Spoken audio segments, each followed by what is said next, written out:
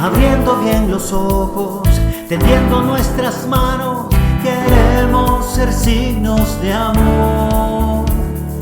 Es nuestra misión, los jóvenes esperan cuanto por hacer, hay tanto que soñar, mirando hacia el futuro, con Madre Mazzarello, es tiempo para celebrar.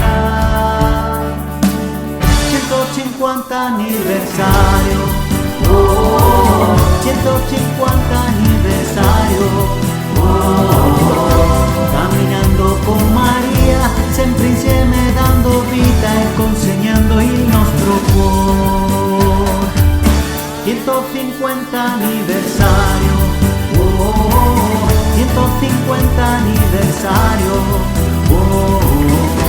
caminando con María, vamos juntos dando vida y entregando el corazón.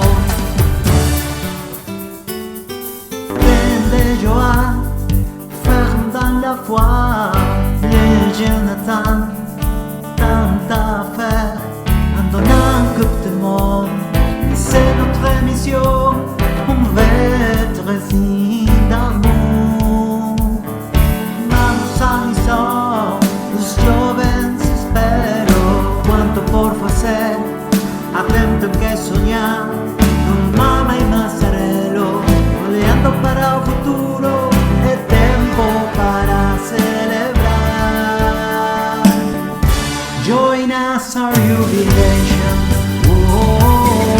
join us our jubilation, our Holy Mother Mary, come with us and bless her way, 150 years.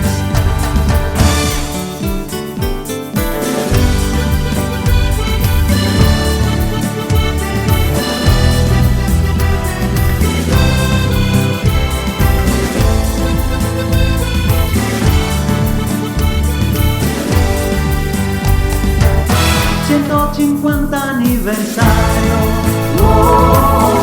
150 aniversario, caminando con María, sempre insieme dando vita e consegnando il nostro cuore. 150 aniversario, 150 aniversario, caminando con María, vamos juntos dando vida y entregando el corazón.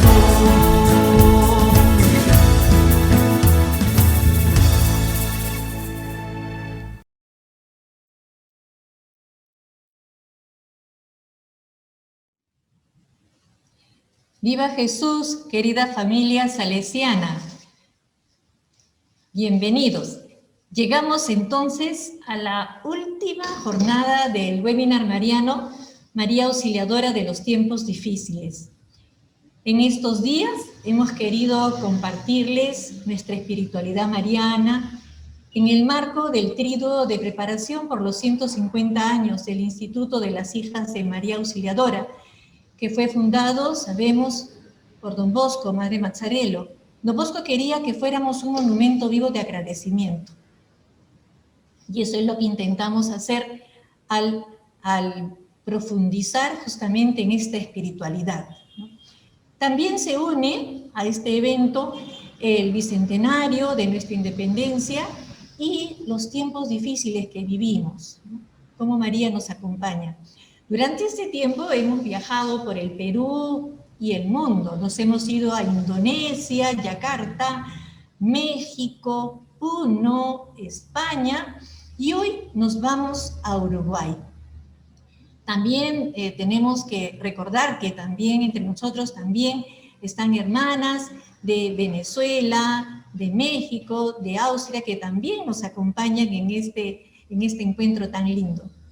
Y bueno, hoy entonces tenemos con nosotros a Sor Adriana Silva, hija de María Auxiliadora, quien nos presentará el tema María para los jóvenes de hoy.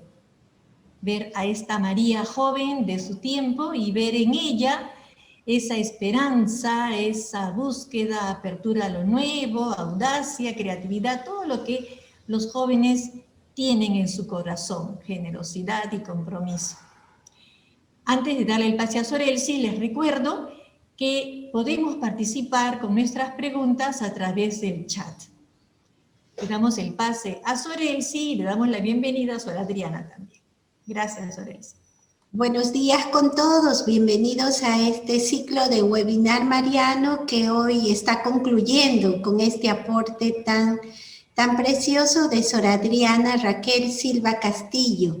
Ella, como nos dijo Sor María Isabel, es uruguaya, tiene 22 años de profesión religiosa y es hija de María Auxiliadora, es de la familia. Ella se ha desempeñado en varios servicios provinciales, como la coordinación de la pastoral vocacional, de las obras sociales y de formación. Ha sido por 9 años también consejera provincial, directora y animadora de comunidades tanto de la provincia como de la formación en el aspirantado y postulantado.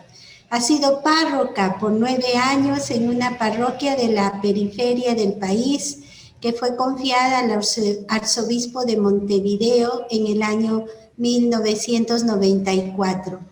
Coordinadora y docente del Instituto de Vida Consagrada en la Confer de Religiosos del Uruguay. Ella ha estudiado en la Escuela de Formadores en Argentina, licenciada en Teología Sistemática, con una tesis muy bonita, Condescendencia y la Ternura Divina. También ha estudiado y es doctora en Teología Sistemática con especialización en Mariología. Estos estudios lo hizo en la Pontificia Universidad de Roma. El título de su tesis es Mariología Neumática del Instituto de las Hijas de María Auxiliadora. Ella ha hecho una lectura teológica de las cartas circulares y los capítulos generales desde 1958 al 2008. 50 años de recorrido, qué belleza. Sería bonito leer esta tesis, ¿verdad? Y ha participado a muchos congresos nacionales e internacionales de vida consagrada, de teología, del carisma, y en muchas congregaciones ha llevado adelante ejercicios espirituales. Actualmente ella es animadora y directora de la comunidad del Colegio María Auxiliadora de Montevideo y es docente en la Universidad Católica del Uruguay y coordinadora de la catequesis provincial. Es una belleza de mujer, así que le damos la bienvenida a Sor Adriana y te doy la palabra, querida Sor Adriana. Muy bien, muchas gracias. Un gusto compartir con ustedes esta experiencia. Estuve compartiendo también algunos de los encuentros anteriores.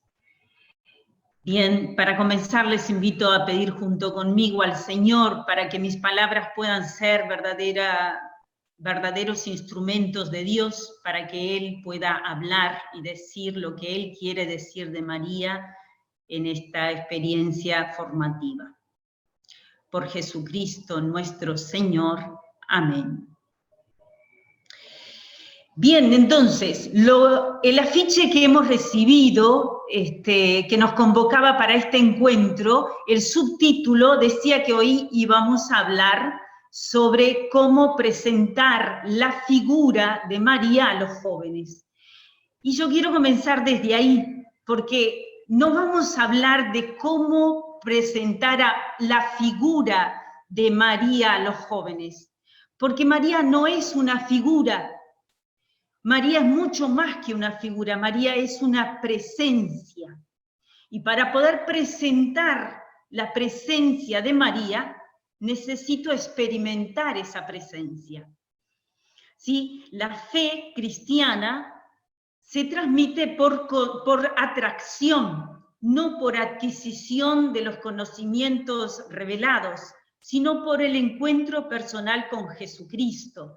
Y la espiritualidad mariana, la identidad mariana, solo se puede conocer y por lo tanto presentar desde la fe cristiana, desde el encuentro personal con Cristo y con ella. Yo puedo saber mucho de Dios, puedo saber mucho de María y no tener fe. Seré una buena docente de religión, una profesional de la fe, pero no podré transmitir, no podré presentar quién es María. Porque para poder transmitir quién es María para todos, pero especialmente a los jóvenes, necesito encontrarme con ella, no con su figura, sino con su presencia. El Vaticano II, uno de los acontecimientos más relevantes de la Iglesia en este último tiempo, justamente para presentar a María, nos ha indicado a la Iglesia como primer paso la necesidad de purificar nuestra comprensión de quién es María. Porque él indica, el concilio, los padres conciliares, indican que en la Iglesia existe y coexiste hasta este momento dos tendencias con respecto a la identidad de María. Una tendencia conocida como maximalista y la otra como la tendencia minimalista. Esta tendencia maximalista exalta la figura de María considerándola casi como una diosa, llena de privilegios que la hacen única e irrepetible, pero no imitable. Sí cercana porque da dádivas a quienes la honran, pero lejana porque ningún mortal puede llegar a ser como ella. La otra tendencia que hay en la Iglesia es la tendencia minimalista, como les decía, que justamente lo que hace es minimizar el rol de María en la historia de la salvación y en la vida cristiana, considerándola casi irrelevante e incluso un obstáculo para una auténtica fe cristiana. La Iglesia, a través del concilio y a través de los distintos del magisterio que ha continuado después del concilio, nos indican una y otra vez que ambas tendencias son erróneas. Ninguna de estas dos tendencias corresponde a la verdad revelada por Jesucristo sobre María. Nosotros necesitamos decir que María no es el centro del cristianismo, pero también necesitamos reconocer que María está en el centro de la fe cristológica, porque la humanidad de Jesucristo es la humanidad de María, y no lo podemos negar, y eso la Iglesia intenta cuidar y vigilar hasta el momento, que estas tendencias no existan, pero la Iglesia hoy sigue afirmando que coexisten entre nosotros estas tendencias. Por eso la Iglesia señala que para compartir, para presentar a María, necesitamos reencontrarnos con ella, no con la figura que nos hemos construido de María. Y para eso necesitamos preguntarle a las fuentes de la revelación, ¿quién es María? ¿Quién es María para la Sagrada Escritura? ¿Quién es María para la Iglesia naciente, la Iglesia de los orígenes? Y principalmente señala que lo preguntemos a los evangelios, a los cristianos que vivieron en el tiempo donde fue escrito los evangelios. ¿Cómo la experimentaron? Porque los evangelios son justamente memoria de la Iglesia naciente. El evangelista que mejor responde a estas preguntas es el evangelista San Lucas, en la mal llamada teología de la infancia. que en realidad debería llamarse teología de la cruz, porque todos sabemos que el capítulo 1 y 2 de Lucas no solo fueron escritos después de la Pascua de Cristo como todos los evangelios, sino que sabemos que esos dos capítulos fueron escritos después que Lucas escribió todo el evangelio.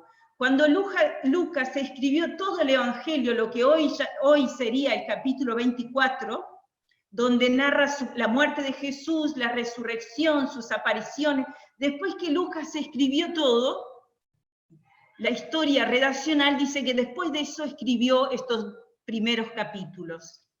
Porque Lucas reacciona que la identidad de Jesucristo y con él la identidad de su madre solo se comprende al final de su caminar histórico. Solo al final de la vida de Jesús, Lucas percibe los signos de la Pascua que están al inicio de la vida de Jesucristo.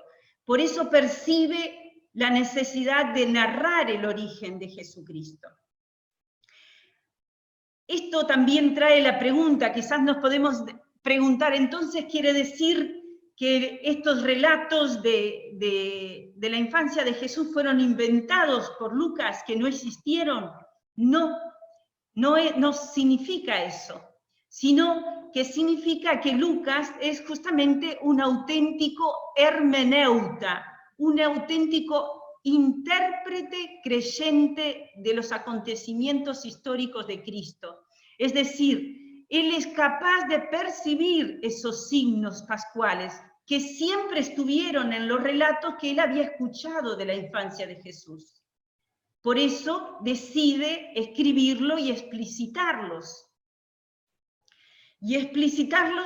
¿Por qué? Porque algo así como a Lucas también nos sucede a nosotros, que después de un tiempo en el que crecemos un poco humana y espiritualmente, nos hacemos capaces de releer algunos acontecimientos de nuestra historia personal, que en el momento no logramos percibir su significado, pero después de un tiempo de crecimiento logramos entender que eran signos de la presencia de Dios. Un ejemplo muy simbólico es cuando narramos nuestra vocación, sea religiosa o matrimonial.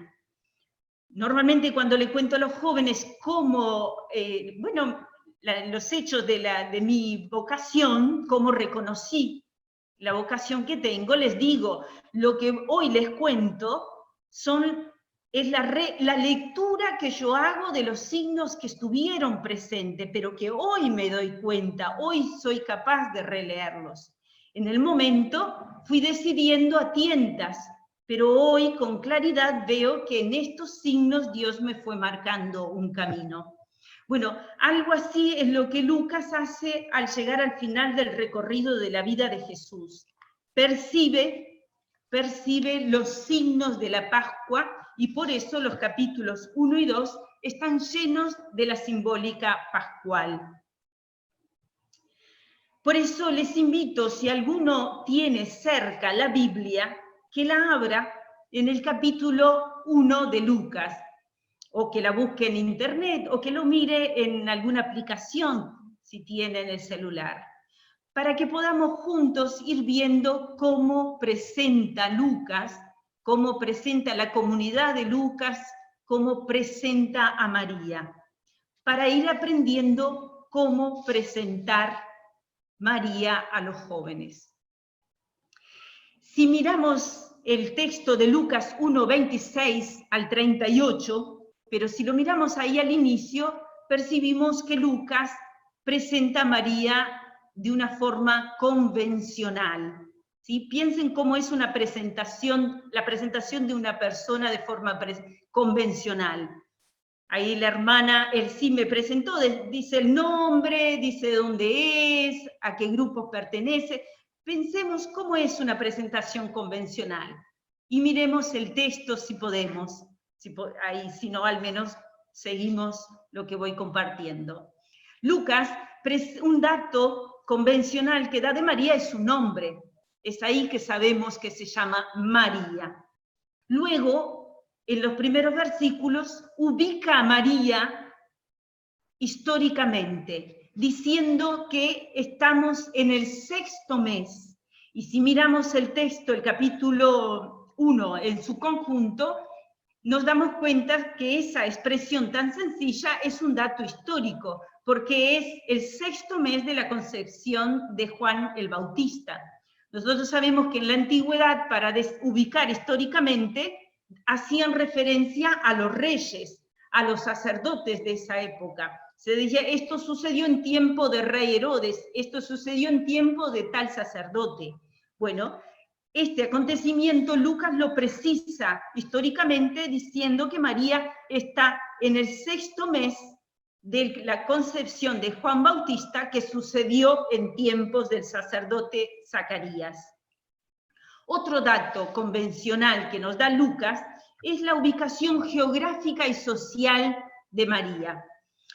¿Por qué decimos geográfica y social? Porque el texto ubica que María está en una pequeña aldea de la región de Galilea llamada Nazaret.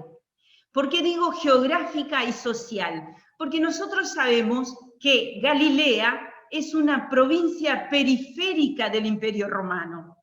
¿Sí? María no está en Grecia, no está en Constantinopla, no está en una gran metrópolis del Imperio Romano.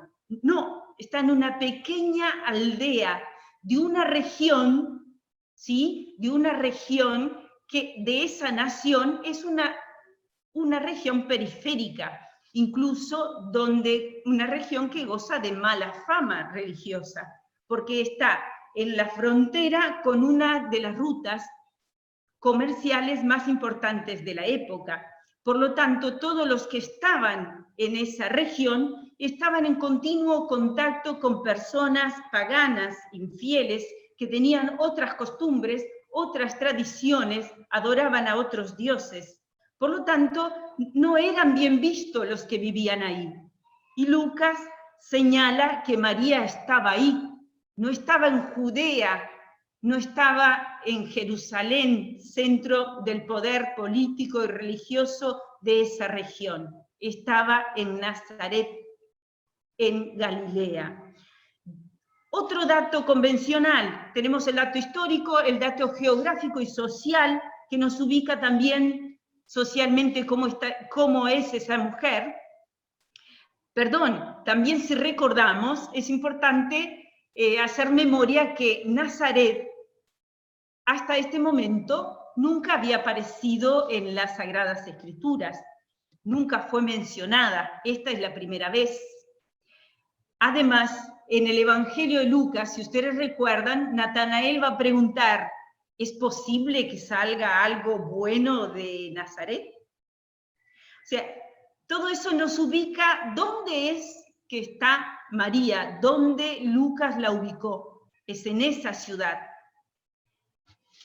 Otro dato que nos da Lucas sobre María es su edad, su etapa cronológica, con un término griego que es parsenos, que nosotros, las traducciones de nuestras Biblias traducen por virgen, ¿sí? Pero el término griego, este término, precisamente se refiere a una persona de sexo femenino que está en la edad de contraer matrimonio, pero no en la edad de consumarlo. Es una persona que está viviendo el pasaje de la niñez a la adultez, lo que hoy llamamos la juventud. Es una joven que es virgen, porque en aquella época todas las mujeres que están esperando para consumar su matrimonio son vírgenes, no hay otra. Nosotros hacemos una lectura restrictiva del término griego y lo ubicamos simplemente con el significado sexual, pero en el hebreo y en el griego antiguo hay otros términos que se refieren estrictamente a la virginidad sexual, como es el término betulá, nara o alma, que explícitamente hacen referencia nada más que a la virginidad desde un punto de vista sexual. En cambio, Lucas eligió el término pársenos, ¿sí? Por lo tanto, la traducción es más correcta, sería una joven virgen, porque está indicando en qué etapa cronológica está María cuando el mensajero de Dios vino a su encuentro. Bien, aquí dimos algunos datos convencionales que Lucas nos da de María, pero llama la atención que en una presentación convencional faltan algunos datos que para la cultura de la época son muy importantes en una presentación convencional. Les invité a pensar cómo era una presentación convencional hoy, pero ubiquémonos también en aquel tiempo. ¿Cuáles son los datos que Lucas no dice y sería esperable que lo hubiera dicho?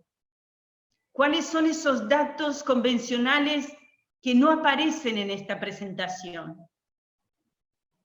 Por ejemplo, un dato muy relevante para aquella época, también hoy, pero para aquella época mucho más, para aquella cultura hebrea mucho más, es decir, de qué casa paterna, a qué casa paterna pertenece María, de qué familia proviene, cuál es su familia, ¿sí?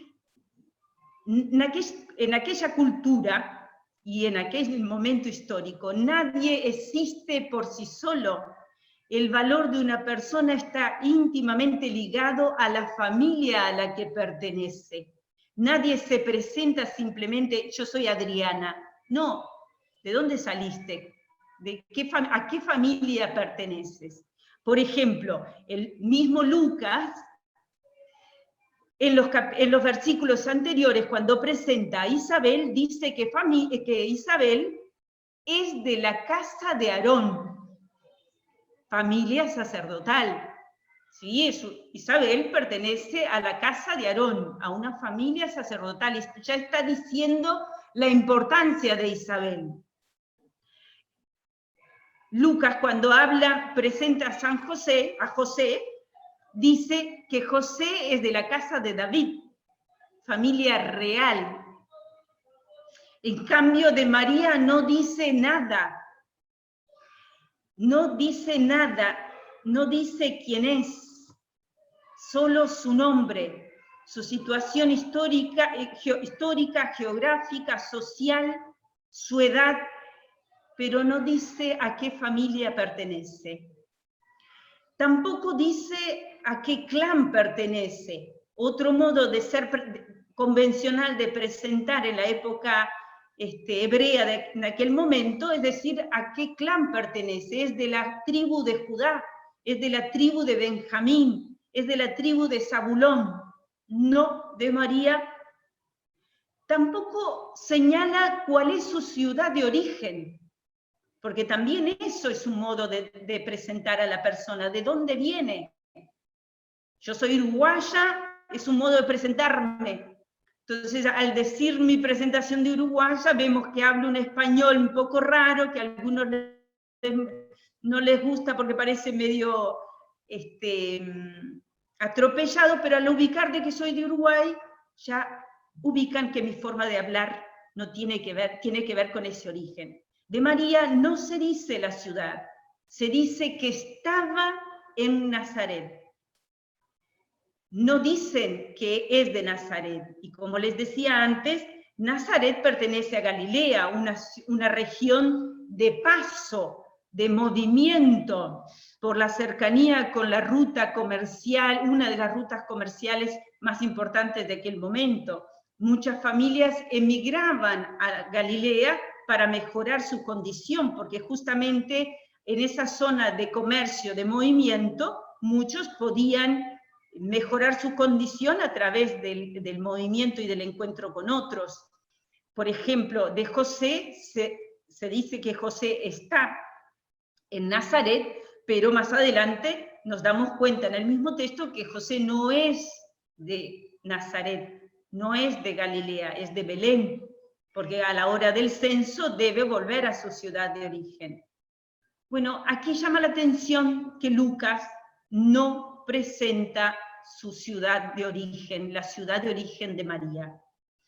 Estas ausencias en un autor tan detallista y preciso como es Lucas, nos hace pensar que no se trata de olvidos o de imprecisiones, sino de omisiones literarias. Es decir, son ausencias intencionales. No podemos pensar de que no se sabía cuál era el origen de María.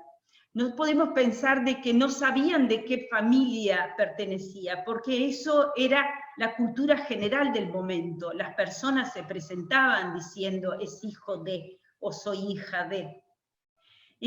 Por eso nos preguntamos, ¿cuál es la intención de Lucas cuando omite estos datos de María? ¿Qué es lo que pretende con estas omisiones? Y aquí vamos a encontrar que lo que Lucas pretende con estas omisiones es ayudarnos a focalizar la atención en los elementos que hacen a la identidad de María. ¿Cuáles son esos elementos esenciales que hacen a quién es María y cuál es su valor?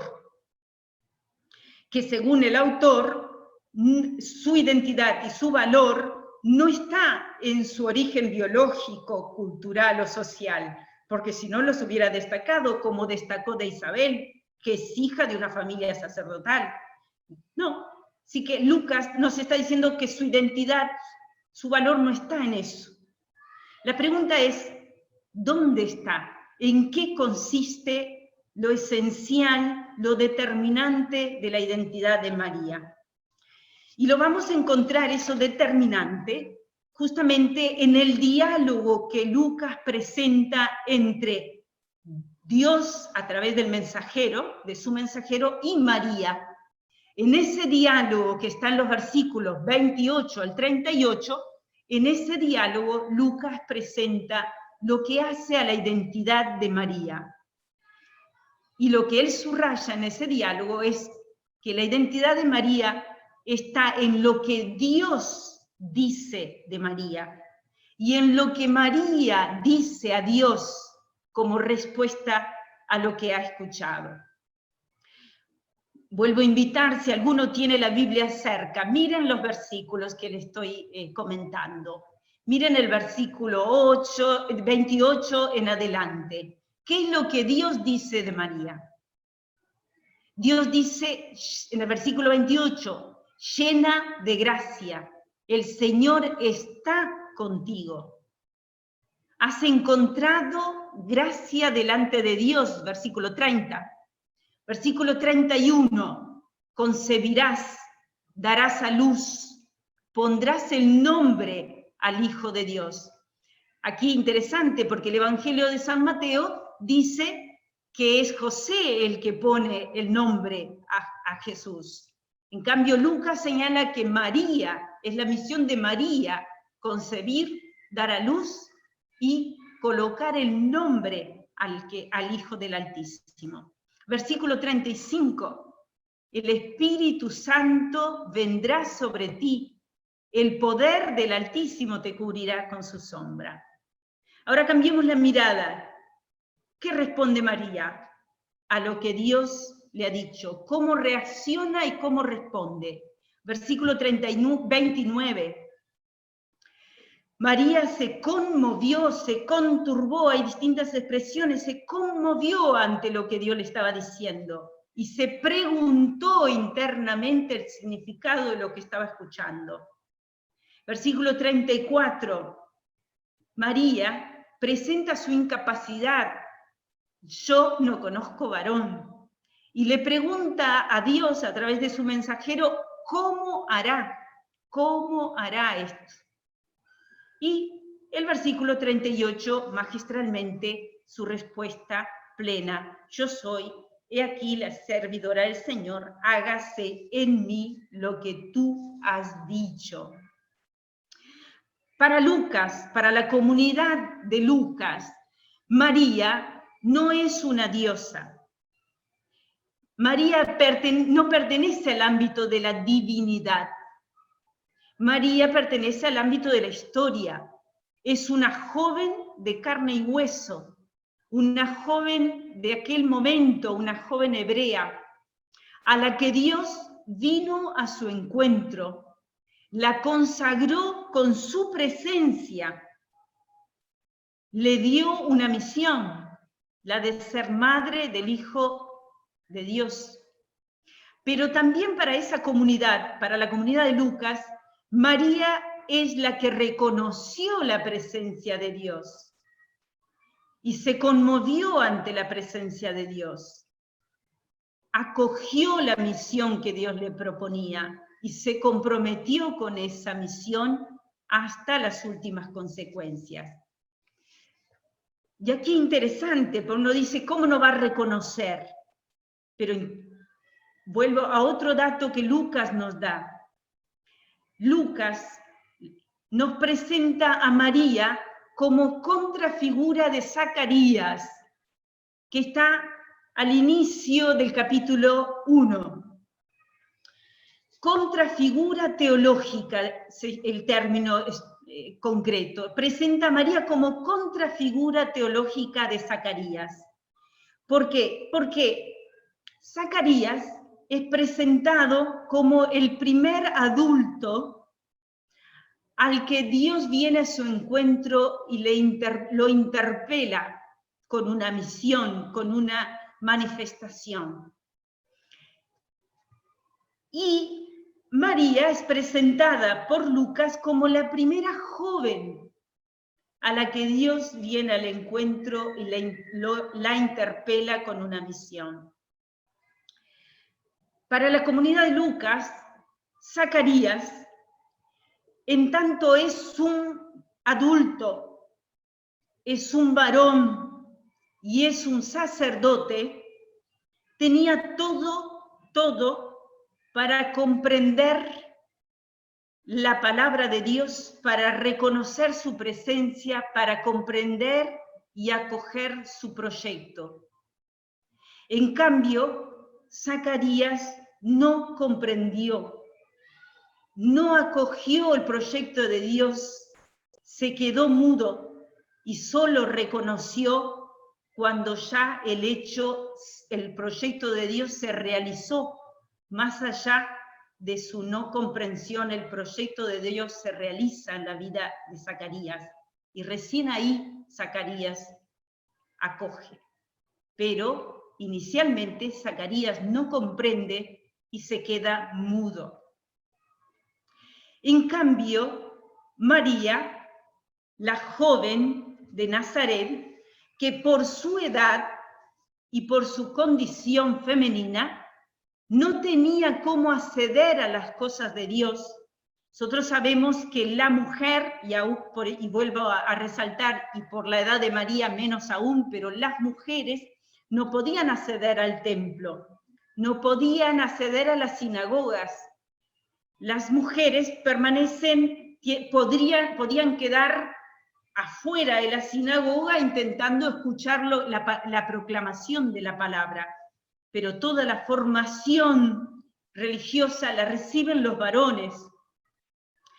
María, que no tenía cómo acceder a la formación religiosa, a las cosas sagradas, esta joven, en cambio, reconoce y dialoga con Dios, acoge su proyecto y canta sus maravillas. Sabemos que Lucas va a presentar a María cantando el Magnificat. María representa en la cultura de aquel momento todo lo frágil y lo débil, mientras que Zacarías representa lo fuerte, lo estable, lo seguro. Yo les pregunto, ¿qué es lo que hace que María cante y que Zacarías quede mudo? La respuesta es el proceso de fe.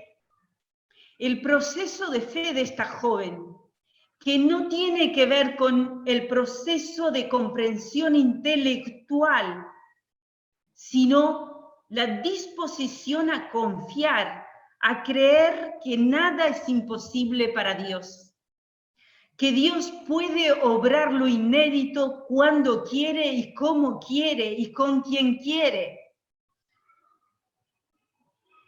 Zacarías, como adulto, como sacerdote y profesional de la fe, como nos sucede a veces a algunos de nosotros, estaba tan seguro de cómo obra Dios que terminó encegueciéndose ante la novedad de Dios, ante la novedad mesiánica de Dios.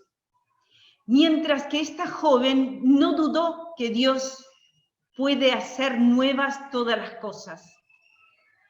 Y así se transformó en la persona humana más clave y protagonista de este cambio, del cambio de época, del cambio de era. Con su sí se dio inicio a la era cristiana.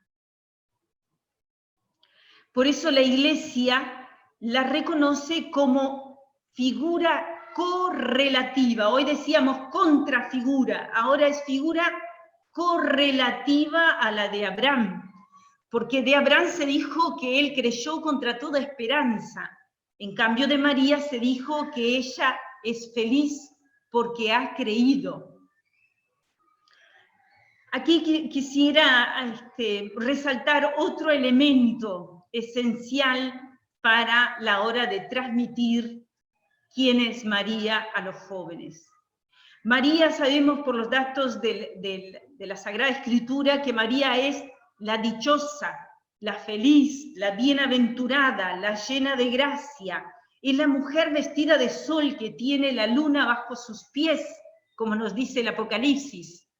Es la reina madre, es la madre del Kyrios, del Señor, y mucho más. A nivel carismático sabemos que María es la Virgen poderosa de Don Bosco. Pero hay un elemento que no nos podemos olvidar. María es todo eso y mucho más porque ha recibido un don, pero también porque es fruto de un largo camino de búsqueda de Dios y de su voluntad. Nosotros solemos presentar solo la meta, lo que María es, en tanto ella es meta de lo que nosotros estamos llamados a ser como cristianos. Pero nos olvidamos de este aspecto de que María sí es el ejemplo y la meta a la que estamos llamados. Pero esa meta también es fruto de un largo camino creyente de búsqueda de Dios entre luces y sombras. Y esto es muy importante porque todos nosotros, pero especialmente los jóvenes, necesitamos experimentar que la meta es posible, que la meta es alcanzable también para ellos, que no es una utopía, sino que nosotros desde nuestra humanidad, desde nuestra fragilidad, podemos también llegar a ser como María. No seremos la Madre de Dios, pero también podemos ser dichosas, felices, bienaventurados, porque María vivió un itinerario discipular y creyente. No nos podemos olvidar que vivimos en un tiempo o en una era de desencanto y de desilusión de los metarrelatos. Y los jóvenes son los que más permeados por esta realidad de desencanto. Ya no creen en los grandes ideales. Entonces, a ver, ¿la idea es no presentarle grandes ideales? No. tenemos que presentar los grandes ideales, y María es un gran ideal a seguir. Pero lo debemos presentar junto con presentar su itinerario creyente, humano, discipular. Tenemos que presentar el dinamismo de una joven que busca y que pone todas sus energías humanas para comprender qué es lo que Dios le está pidiendo. Una joven que vive en un continuo ejercicio de discernimiento. Volvemos al texto bíblico. Lucas, en el capítulo 2, señala 2 veces la expresión de que María meditaba todas estas cosas en su corazón. No es una frase retórica, es el signo de una mujer que busca continuamente interpretar los signos que Dios le presenta en la historia. Una mujer joven que está buscando la voluntad de Dios para poder realizarla. Y aquí, si nosotros logramos presentar a María desde ese itinerario, la haremos más creíble, más cercana y con la posibilidad de que yo también puedo vivir como María. Aquí quisiera simplemente recordar, en el 92, el ámbito de la pastoral juvenil del Instituto de las Hijas de María Auxiliadora hizo una consulta pastoral a nivel de todo el mundo, en la que la consulta pastoral sobre la incidencia de María en la vida de nuestros jóvenes, de los jóvenes que integran nuestras casas, nuestras pastorales. Y salía con mucha fuerza que había a grandes rasgos dos miradas juveniles sobre María. Una de los jóvenes que veían a María como una mujer o un modelo o una persona totalmente irrelevante, sin ningún atractivo para sus vidas, porque la veían como una mujer sumisa, que no tenía capacidad de pensar, que dejaba que otros decidieran por ella, que no los motivaba para nada. Y otros jóvenes que sí veían toda la grandiosidad de María, la admiraban muchísimo, pero que la encontraban un modelo inalcanzable, que ellos la admiraban, pero que sabían que no podían vivir como ella. A la hora de transmitir a María, no podemos dejar de cuidar el aspecto de que ella es puesta por la Iglesia como modelo y ejemplo discipular, de seguimiento a Jesús. Ella aparece en San Lucas y en los demás evangelios como una intérprete, una hermeneuta, una mujer joven que es capaz de interpretar los signos de Dios. Una mujer con una actitud creyente y proactiva que colaboró y participó en el acontecimiento público de mayor relevancia en la historia, que es la encarnación del Verbo de Dios, que es la encarnación del Hijo de Dios.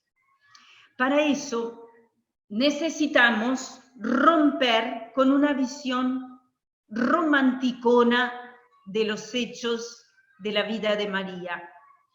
Por ejemplo, el consentimiento que María le dio al ángel no solo fue un hecho que puso en riesgo su honor y su fama, y la fama de su familia y el honor de su familia, sino que con el consentimiento de María, también ella puso en riesgo su propia vida. Por algo, el evangelista Mateo señala que José, siendo un hombre justo y temiendo por la vida de María, buscaba la forma de repudiarla en secreto, porque la pena que la ley establecía sobre lo que había sucedido con María era la lapidación, la muerte por lapidación pública. María debía ser repudiada públicamente por José, por estar embarazada, por estar esperando un hijo que no era suyo, en el tiempo en el que ella estaba esperando para consumar su matrimonio. Debía ser repudiada en público y lapidada en público. Entonces, cuando nosotros miramos el consentimiento de María, no tiene nada que ver con una sumisión esclavista y poco lúcida de alguien que dice, sí, hágase, sí. No, María tiene mucha conciencia de que si realmente sucede lo que el mensajero de Dios le está diciendo, tiene consecuencias dramáticas para su vida y la vida de su familia.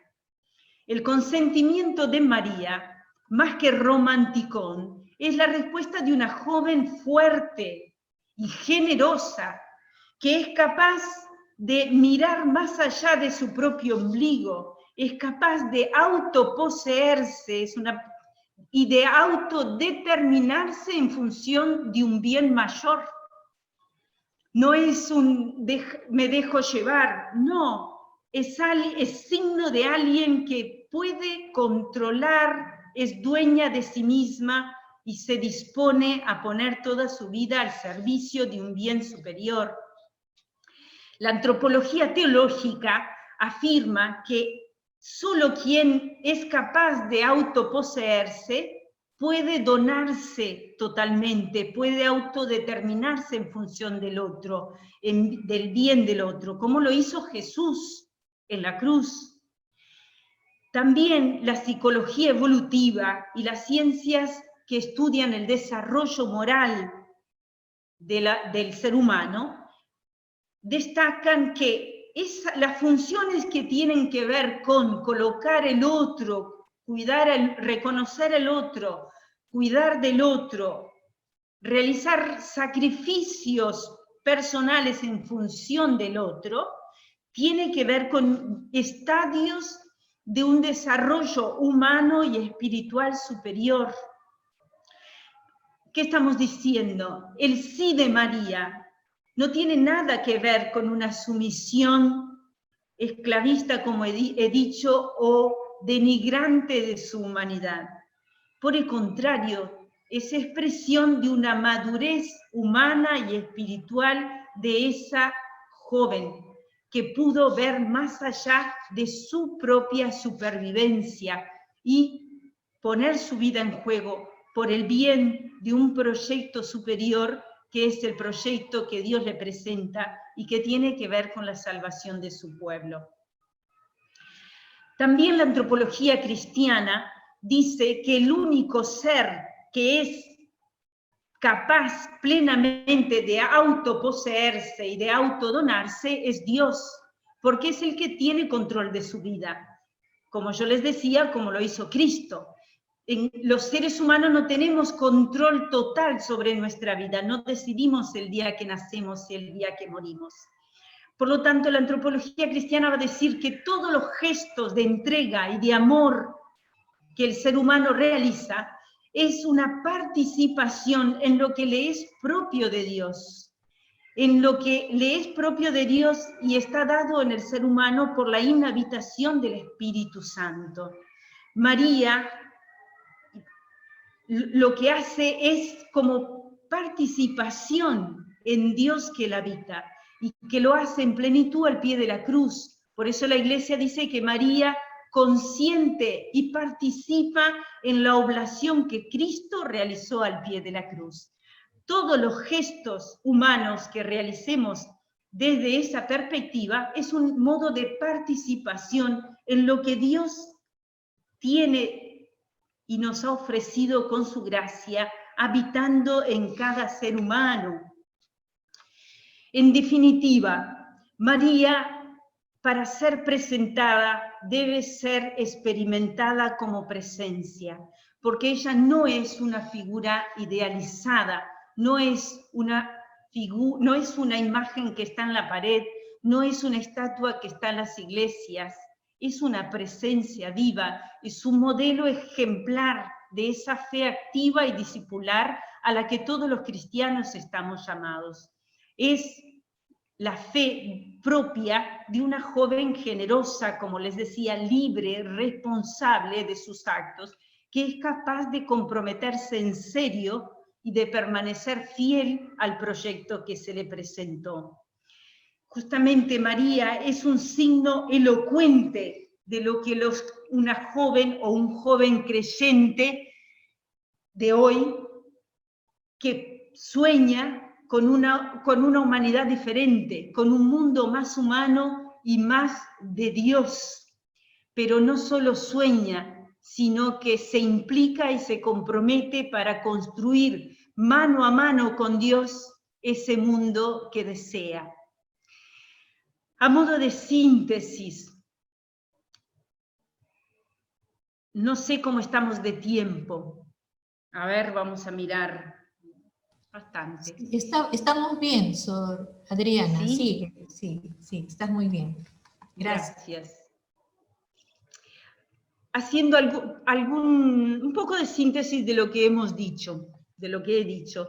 Primero, necesitamos, para transmitir la imagen de María, pasar de la imagen a la presencia, de la figura a la presencia de María, reconocerla y reencontrarme con ella, porque solo desde un encuentro personal con ella yo también puedo ayudar a que otros se encuentren con María.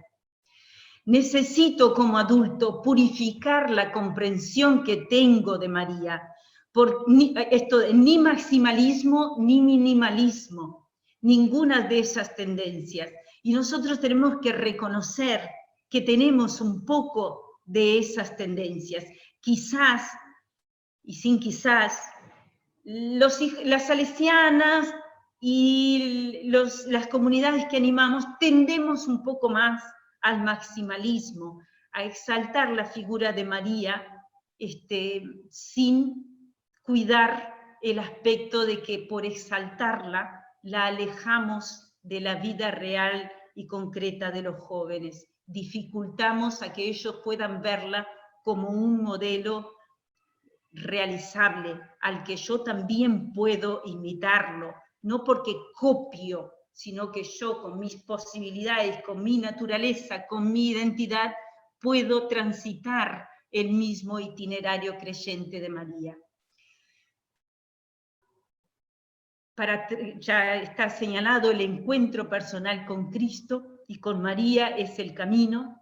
Es un encuentro que viene mediado principalmente por la palabra. Cuando decimos encuentro personal, yo no estoy señalando esta relación intimista, afectiva. Sí, la afectividad me ayuda, pero tiene que estar centrado en la palabra, en lo que Dios me ha dicho de María, no en la figura o en la imagen que yo tengo introyectada de María. No, debo recurrir a la palabra y para eso es necesario que yo conozca más la palabra, pueda y busque elementos para interpretar realmente lo que el Señor me está diciendo de María a través de su palabra. Aquí me gusta recordar los textos de Hebreos. La palabra de Dios es viva y eficaz, más tajante que espada de doble filo. Como Zacarías, nosotros tenemos un riesgo grande, que es transformarnos en profesionales de la religión y saber mucho, pero distanciarnos del encuentro personal que debe ser renovado cada día. La palabra de Dios siempre es viva, siempre tiene algo para decirme hoy. Tengo que estar atento y atenta para que la palabra de Dios no se transforme en un cuento, en una narración, en algo que yo ya sé, porque yo no sé lo que ella hoy me quiere decir, hoy, no ayer, hoy me quiere decir a mí, porque es viva, vuelvo a decir, es el Señor que se hace presente. Otro criterio importante es recordar que María es ejemplo y modelo de lo que seremos todos los cristianos, ¿sí? Pero también es ejemplo y modelo del camino para llegar a esa meta. es el ejemplo, el modelo más cercano que tenemos de que se puede llegar si transitamos el camino que ella transitó en el hoy, en nuestro hoy, en nuestra cultura. Y es esto, recordar de poder profundizar y presentar a María desde el itinerario creyente y discipular. Otros elementos que quisiera retomar tiene que ver... no me sigue la... A ver. Un segundito. Tiene que ver con los criterios que el Vaticano II nos ha presentado sobre cómo presentar a María, ¿sí? Los voy a proyectar. El mismo Vaticano II va a presentar algunos criterios que nos ayudan también hoy. El Vaticano II va a decir que todo lo que yo diga de María, todo lo que digamos, todo lo que la Iglesia diga de María, tiene que resaltar y evidenciarse el primado de la palabra de Dios. No puede, lo que yo diga de María, la palabra y los textos de Don Bosco, carismáticos y de otros autores de espiritualidades son muy importantes, pero debe estar impregnado de lo que la palabra de Dios ha dicho de María.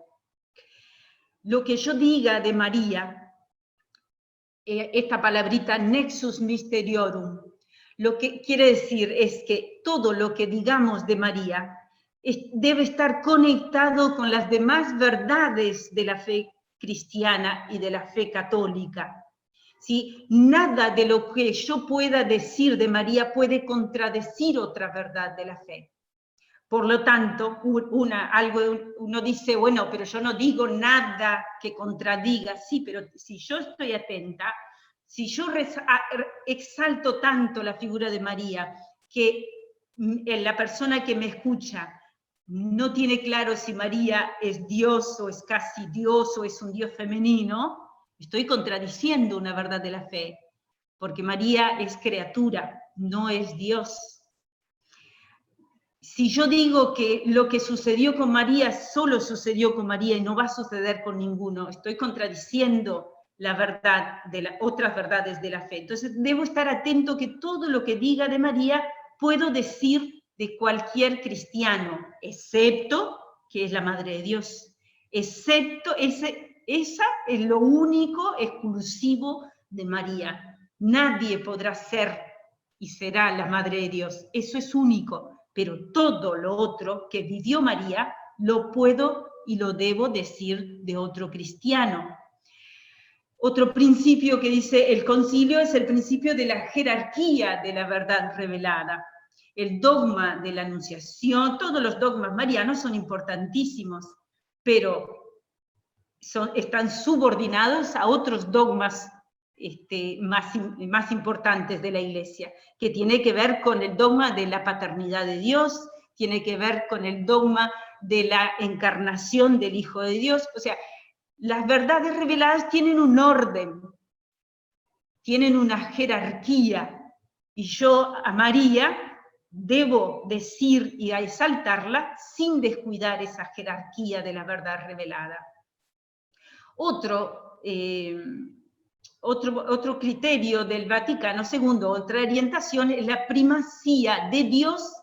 O sea, debo mantener, cuando hablo de María, debo mantener el equilibrio entre la primacía de Dios y la identidad creatural. Todo lo que sucede y sucedió en María, yo debo evidenciar la primacía de Dios en eso que sucedió. Todo fue iniciativa de Dios, todo fue don de Dios, pero también todo fue respuesta humana y creatural de María. Esas dos realidades deben estar siempre juntas. No puedo menoscabar una en función de la otra. No puedo, resaltando tanto el don y lo que es Dios, dejar en desmedro la respuesta, la autonomía, la realidad de María, pero tampoco resaltar tanto la realidad humana que parece que María hizo toda sola. No, no. En María se da esa perfecta ese perfecto intercambio entre primacía de Dios y respuesta humana. Todo lo hizo Dios y todo es respuesta, depende de la respuesta humana. Y el otro criterio es la realidad histórica y contemporánea. Para hablar de María, debo tener en cuenta la realidad concreta de mi interlocutor. Esto es el criterio de la encarnación, pero de la inculturación del Evangelio. ¿Sí? La verdad es una sola, pero debo contextualizarla para que mi interlocutor pueda recibir esa verdad. ¿Sí? Porque en cada cultura hay palabras, hay criterios, hay realidades. Presentar a María a un joven de ciudad es una cosa. Presentar a María de un joven de la sierra, un joven de la selva, un joven europeo, un joven latinoamericano. Tengo que contextualizar, conocer la realidad del joven que tengo para poder presentar esta verdad revelada de María. Bueno, creo de mi parte que por aquí podemos dejar.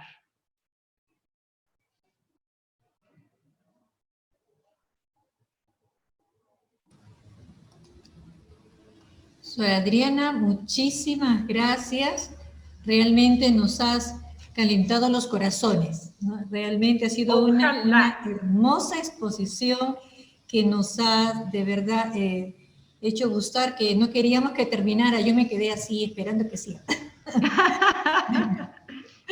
No, de verdad, gracias porque nos has aclarado mucho, sobre todo ayudado a profundizar con la palabra en mano, ¿no? Que María, más que una figura, es una presencia, y una presencia que tenemos que experimentar, una presencia que la tenemos que encontrar en los evangelios y encontrar a esa mujer joven, ¿no? Que recibe esa llamada única y que ella es nuestro ejemplo para llegar a la meta, pero justamente porque camina con nosotros, como nosotros, ¿no? en esas luces y sombras. Y yo creo que todos tienen el mismo sentimiento en el corazón hoy. Voy a dar el pase a Sor Raquel Ibarra, porque ella te va a presentar algunas inquietudes que están dentro del chat.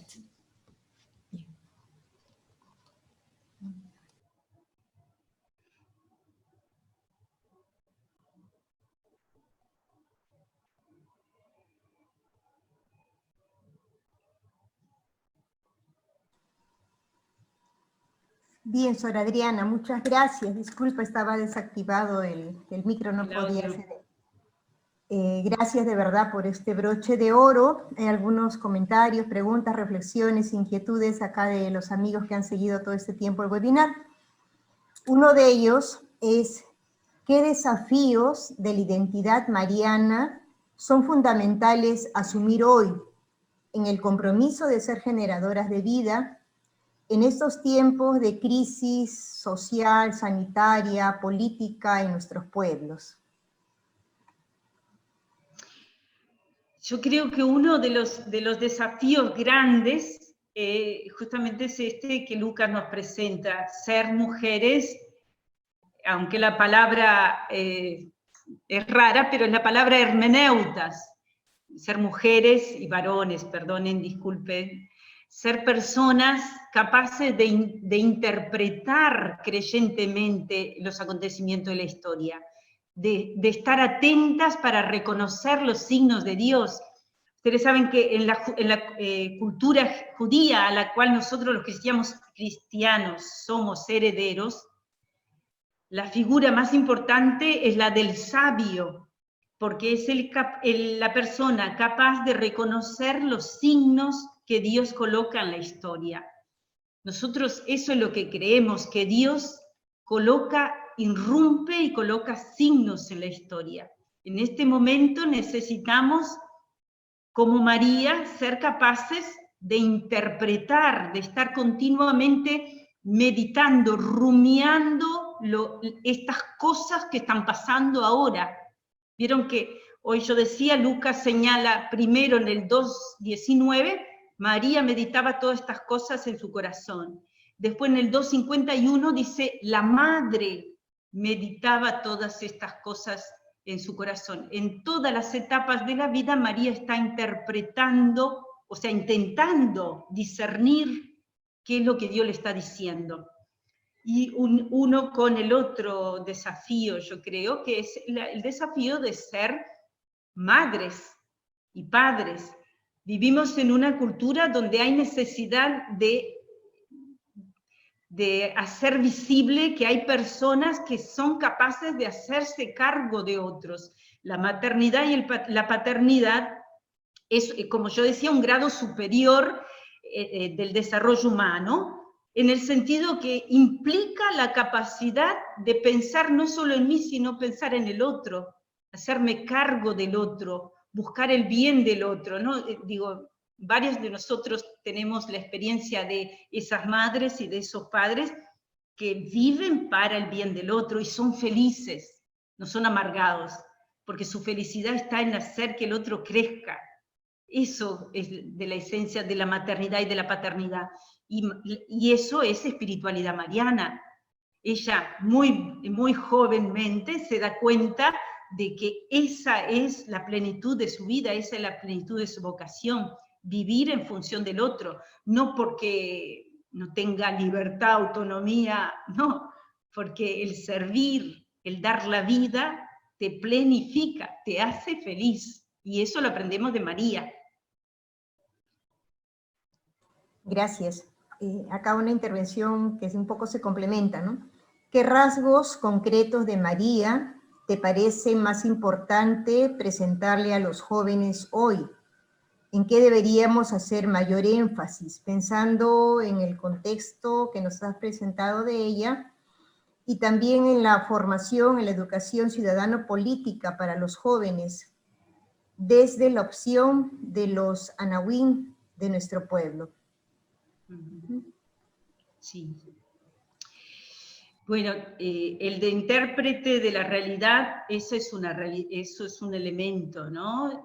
Clave para presentar a María como esta mujer que interpreta, esa joven que está atenta, que no está mirando solo su ombligo, no está mirando solo su necesidad y su problema, sino que es capaz de mirar más allá.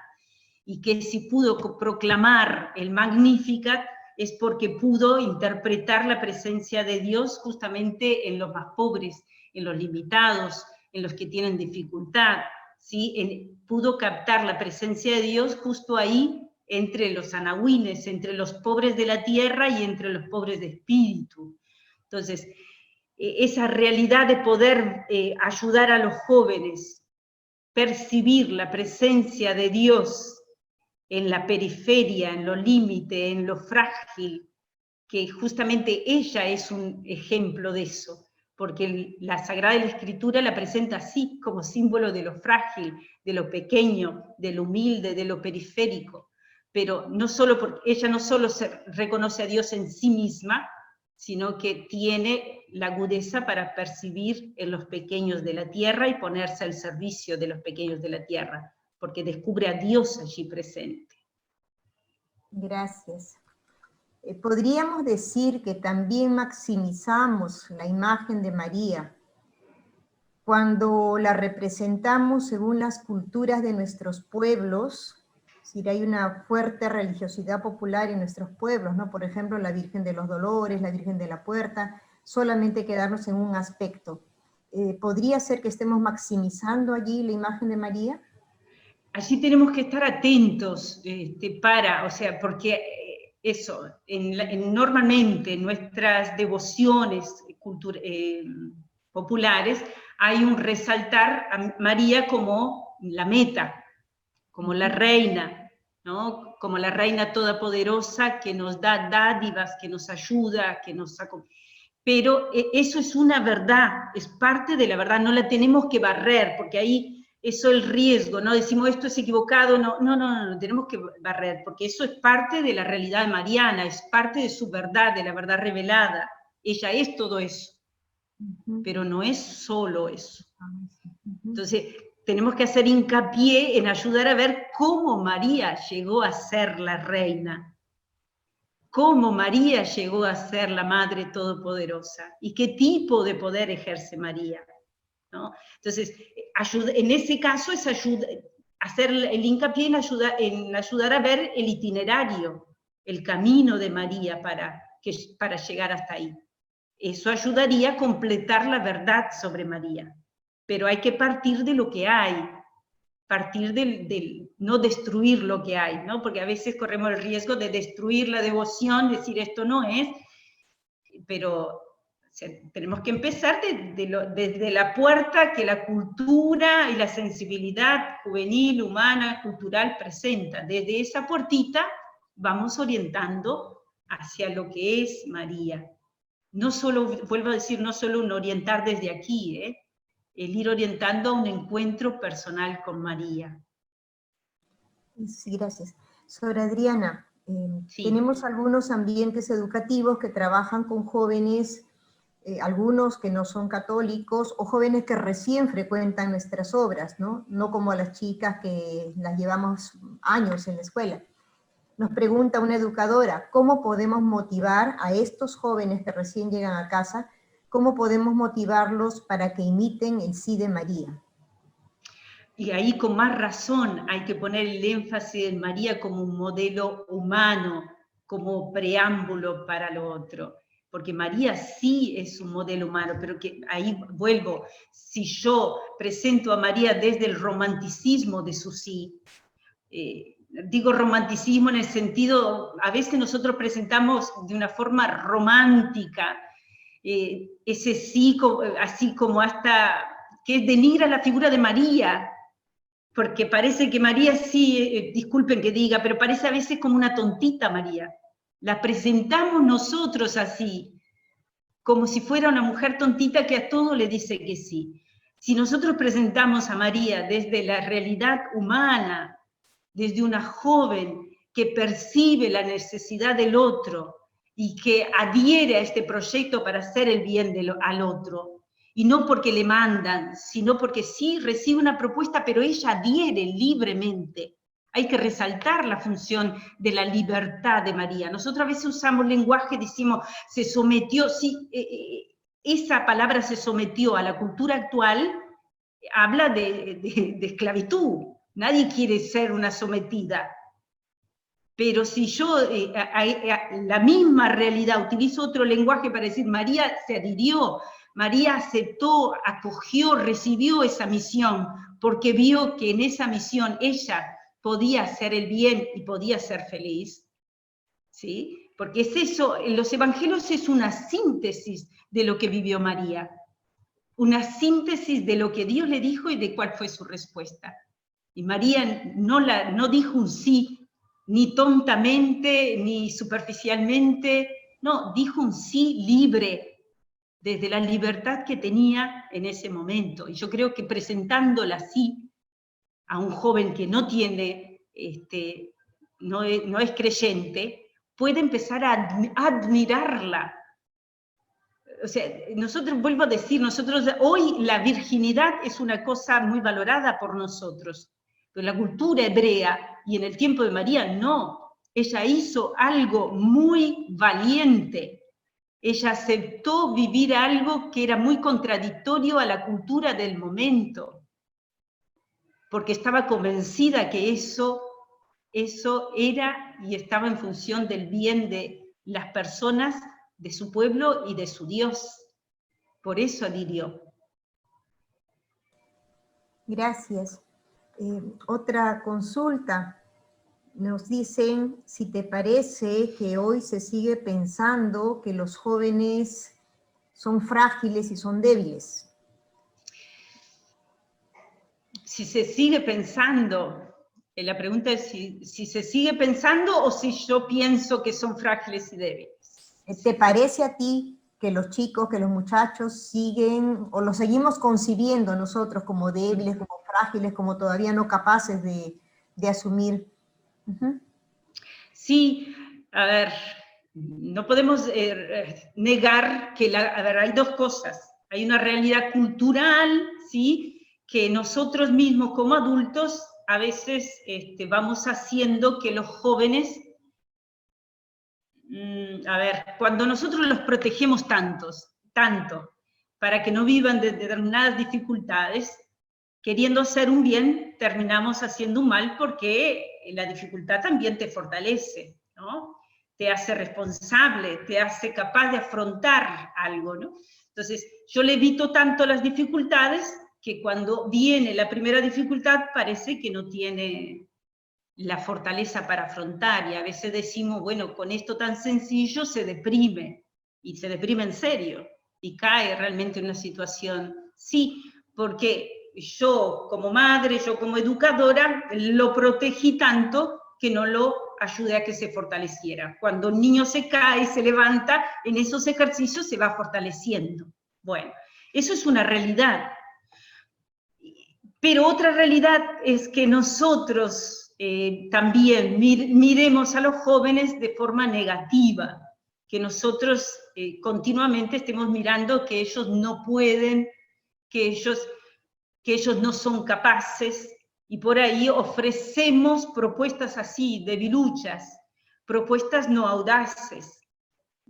Si no les pedimos o no les proponemos un compromiso audaz, radical, fuerte. Y los jóvenes sí son capaces, si nosotros le ofrecemos, si nosotros los ayudamos y los preparamos para que respondan y que miren más allá de su ombligo. Si nosotros les ayudamos a que puedan mirar el mundo en su realidad y no resolverles todos los problemas, sino ayudarlos y acompañarlos para que ellos puedan resolver. Entonces, los jóvenes empiezan a percibir la necesidad y empiezan a corresponder. Y hay muchos jóvenes heroicos y muy valientes y generosos. También todo depende de los contextos. Los contextos de mayor pobreza y dificultad también fortalecen más a los jóvenes. Estando en Europa, claro, uno dice me decía un joven de 25 años, bueno, decía yo, un poquito más que joven. Por decir, uno se encuentra con lo que para mí sería un joven adulto en Europa, y su modo de impostar la vida es de un adolescente. Entonces, claro, no es lo mismo pensar en uno de 25 años en Europa, así estoy hablando en general, que pensar en uno de 25 años en América Latina, también en general, porque hay una variedad total, ¿no? O sea, un joven de 14, 15, 16 en un contexto de dificultad, normalmente tiene un modo de ponerse en la vida con mayor firmeza, porque ha afrontado ya dificultades. En cambio, otro que vive en un contexto donde todo se le soluciona, digamos que la columna vertebral todavía es frágil. Gracias, Sora Adriana. ¿Crees que hay desproporción en la gran experiencia del pueblo sobre María y aquella que nos ofrecen los estudios, que nos dice la teología, la mariología?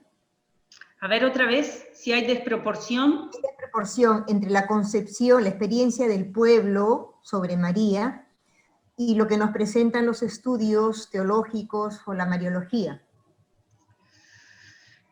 Yo no sé si desproporción. Hay algunas cosas que deben ser purificadas, ¿sí? Eso. Pero también reconozco que, con lo que yo les decía, que la palabra de Dios es viva y eficaz, la revelación, y Dios se revela donde quiere y como quiere.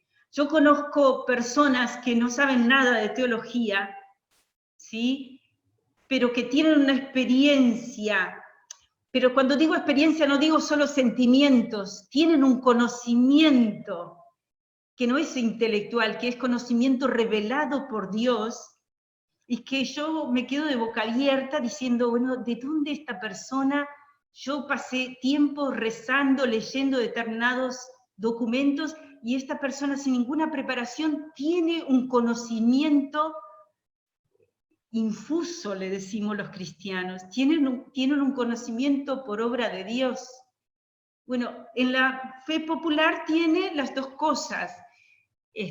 Hay elementos que deben ser purificados, y en ese sentido sí hay una desproporción con lo que la Iglesia dice de María, pero también hay en la devoción popular en personas concretas que tienen un grado espiritual muy grande, superior, que adquieren ese conocimiento de quién es María, que coincide con la fe católica, que coincide con los documentos.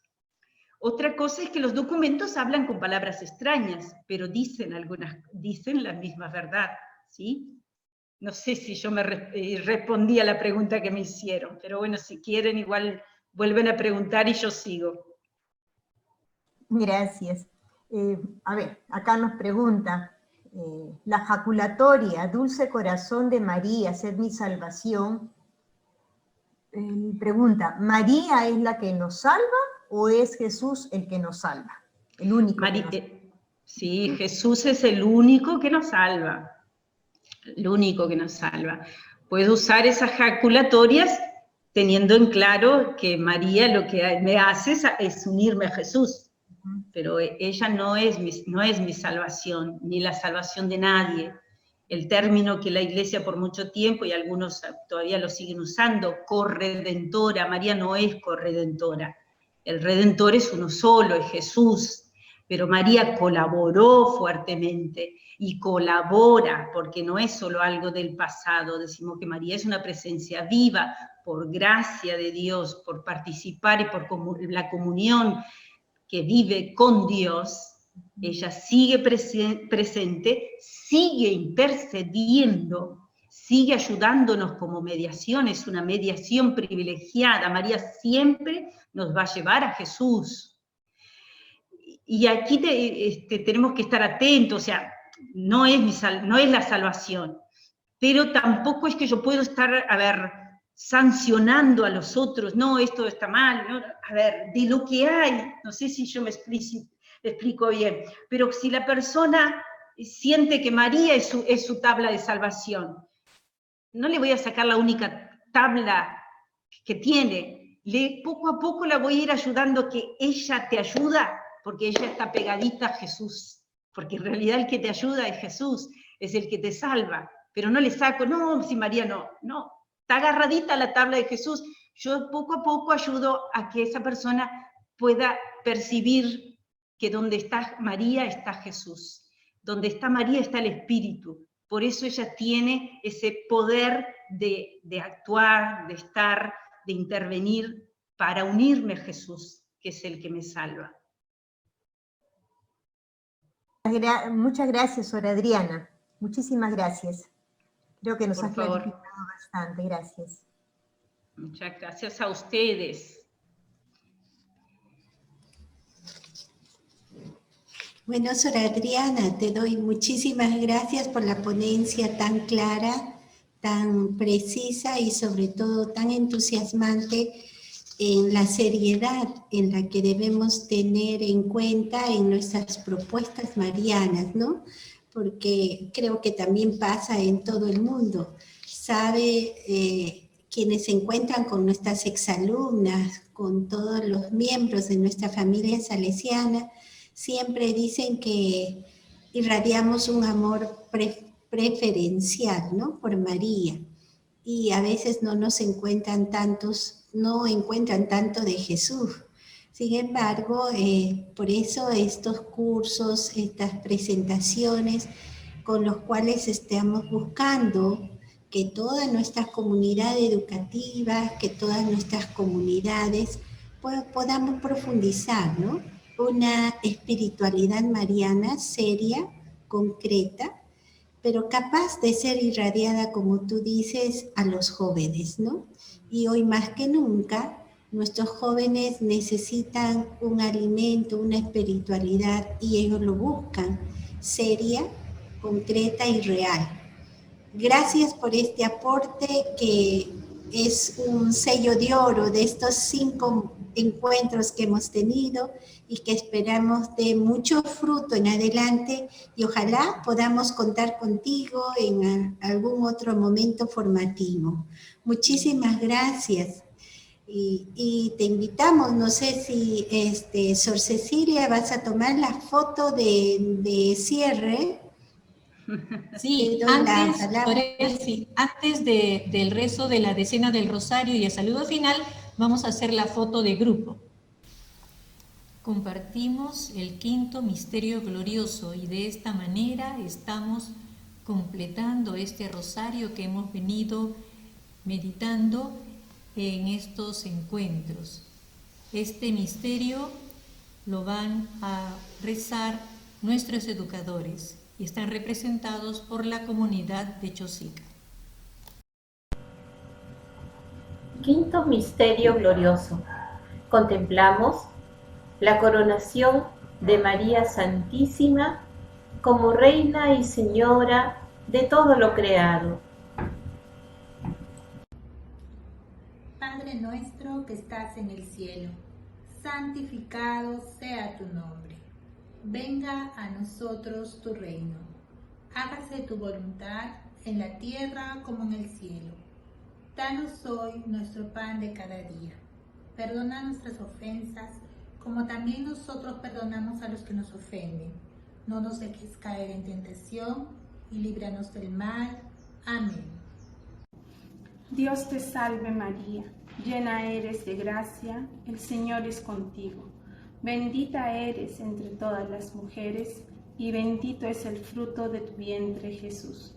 Santa María, Madre de Dios, ruega por nosotros pecadores, ahora y en la hora de nuestra muerte. Amén. Dios te salve María, llena eres de gracia, el Señor es contigo. Bendita eres entre todas las mujeres, y bendito es el fruto de tu vientre Jesús. Santa María, Madre de Dios, ruega por nosotros pecadores, ahora y en la hora de nuestra muerte. Amén. Dios te salve María, llena eres de gracia, el Señor es contigo. Bendita eres entre todas las mujeres, y bendito es el fruto de tu vientre Jesús. Santa María, Madre de Dios, ruega por nosotros pecadores, ahora y en la hora de nuestra muerte. Amén. Dios te salve María, llena eres de gracia, el Señor es contigo.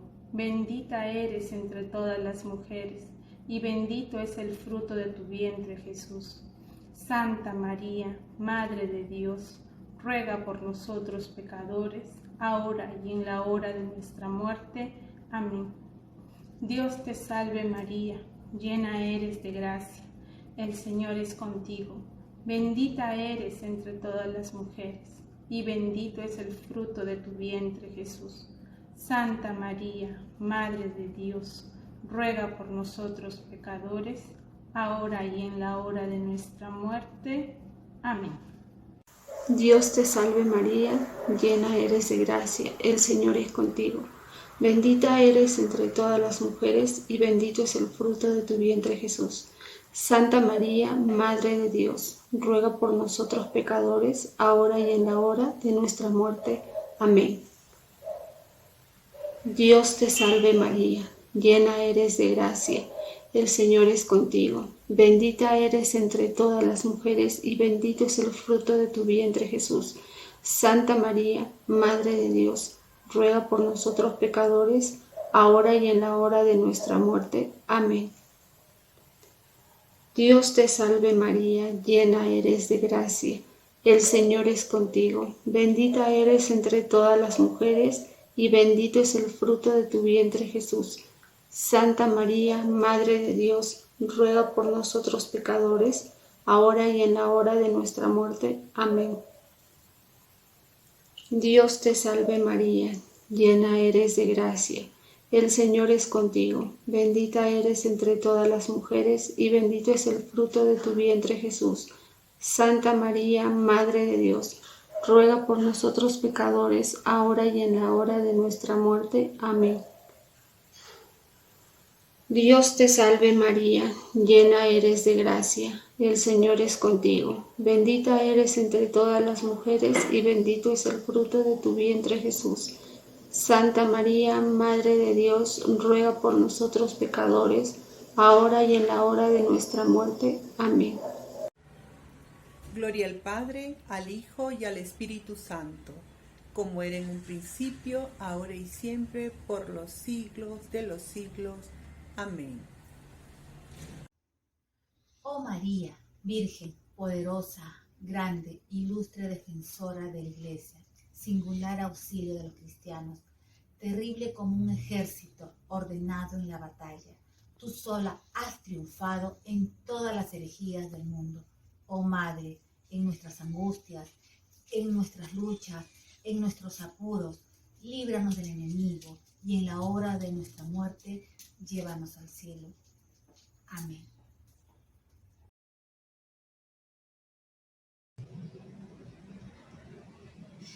Bien, queridos miembros de la familia salesiana, les estamos muy agradecidos por su presencia y por esta permanencia en las 5 sesiones de nuestro encuentro del webinar mariano. Doy realmente unas gracias sinceras a nuestros ponentes, que desde hace mucho tiempo, ya desde el año pasado, algunos de ellos han estado comprometidos con estas sesiones, estas ponencias marianas. También agradezco mucho a todos aquellos que nos han apoyado con el rezo del Santo Rosario, a los miembros del ATMAN, de los cooperadores, las exalumnas, los padres de familia del Cusco, los educadores de Chosica. Asimismo, doy gracias a todas las hermanas de las distintas inspectorías que nos han venido acompañando en estos encuentros de webinar mariano. Esperamos que hayamos contribuido en algo en este deseo de crecer en nuestra espiritualidad y también crecer en nuestra formación, que lo extendemos en este compartir y procurar que la devoción mariana en nuestros jóvenes sea seria, sea capaz de comprometerlos a imitar sus virtudes y hacerla presente en el hoy de nuestra vida y de nuestra sociedad. Muchísimas gracias a todos y ya nos estaremos convocando para algún otro encuentro de formación. Gracias. Gracias, Orelsi, muchas gracias. Y recuerden de que van a recibir los materiales a través de sus correos. Aquellos a quienes no les llega, por favor, envíe el correo, su petición al correo Familia Salesiana para que pueda ser dirigido. Lo mismo también el link de la grabación de estos temas están ya también en el Facebook de la inspectoría. También les haremos llegar a sus correos una encuesta para que nos ayuden también a mejorar también estos encuentros. Un gracias de corazón a todos. Sor Adriana, muchas gracias. Gracias a ustedes por la invitación y felicitaciones por la iniciativa. Gracias a todos. Muchas gracias.